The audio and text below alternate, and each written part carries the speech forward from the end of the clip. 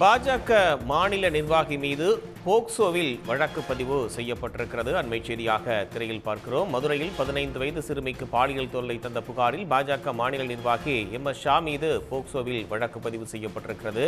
சிறுமியின் செல்போன் எண்ணுக்கு ஆபாச மெசேஜ் அனுப்பி பாஜக நிர்வாகி பாலியல் தொந்தரவு செய்ததாக புகார் அளிக்கப்பட்டிருக்கிறது. MS ஷாவுக்கு உடந்தையாக செயல்பட்ட சிறுமியின் தாய் மீதும் போக்சோ சட்டத்தின் கீழ் வழக்கு பதிவு செய்யப்பட்டிருக்கிறது. நிலையில் தலைமறைவாக உள்ள பாஜக நிர்வாகியை போலீசார் தீவிரமாக தேடி வருவதாகவும் தகவல் வெளியாகியுள்ளது. கூடுதல் விவரங்களோடு செய்தியாளர் செல்வகுமார் இணைப்பில் இருக்கீங்க. விவரங்கள்.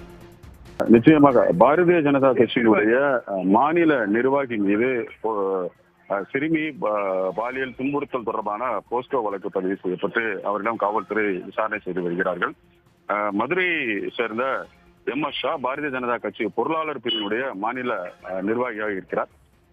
இவர் திருமங்கலம் பகுதியில் இருக்கக்கூடிய ஒரு தனியார் கல்லூரியினுடைய தலைவராகவும் இருந்து வருகிறார். இவர் மீது கடந்த ஆண்டு இவருடைய தந்தை, அதாவது ஒரு சிறுமியினுடைய தந்தை, மதுரை மாநகருடைய அனைத்து காவல் மகளிர் நிலையத்தில் ஒரு புகார் ஒன்றை அளித்திருந்தார்.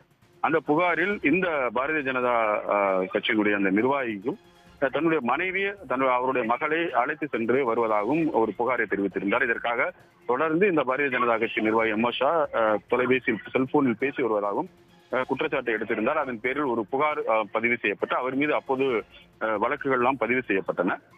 இது மட்டுமல்ல, புகார் அளித்த தந்தையின் மீதே அவருடைய மகள் வைத்து மீண்டும் ஒரு புகார் எதிராக ஒரு புகாரும் வழக்கு தெரிவிக்கப்பட்டு அந்த புகார் அடிப்படையில் தந்தை மீதே வழக்கு பதிவு செய்யப்பட்டது. எனவே இரு தரப்பிலும் மாறி மாறி புகார்களும் வழக்குகளும் பதிவு செய்யப்பட்டு வந்திருந்த நிலையில் போலீசார், அதாவது அனைத்து மகளிர் காவல் நிலையத்துடைய போலீசார் நடத்திய விசாரணையில் இதில் புகாரில் எந்தவித ஆதாரங்கள் இல்லை என்ற அடிப்படையில் இந்த விசாரணை அப்போது தற்காலிகமாக நிறுத்தி வைக்கப்பட்டு விட்டது. இதனிடையே மீண்டும் அதாவது ஏற்கனவே அளித்த புகாரின் மீது செல்போன் ஆவணங்களை ஆய்வுகள் செய்தது பல ஆவணங்கள் சிக்கியிருப்பதாகவும் அதற்கான ஆதாரங்கள் சிக்கியிருப்பதாகவும் போலீசாருக்கு தகவல் கிடைத்தது. அதற்கான ஆதாரங்கள் கிடைத்ததன் அடிப்படையில் தற்போது அவர் மீண்டும் போலீசார் அழைத்து வந்து அனைத்து மகளிர் காவல் நிலையத்தில் அவரையும் அவருடைய தாயாரையும் கொடுத்து வைத்து விசாரணை மேற்கொண்டிருக்கிறார்கள். அவர் மீது வழக்குகள் ஏற்கனவே அவர் தந்தை கொடுத்த வழக்கின் மீது தொடர்ந்து விசாரணை நடைபெற்று வருகிறது. விரைவில் அவர் கைது செய்வதற்கான வாய்ப்புகள் அதிகம் இருப்பதாக போலீசார் தெரிவிக்கிறார்கள்.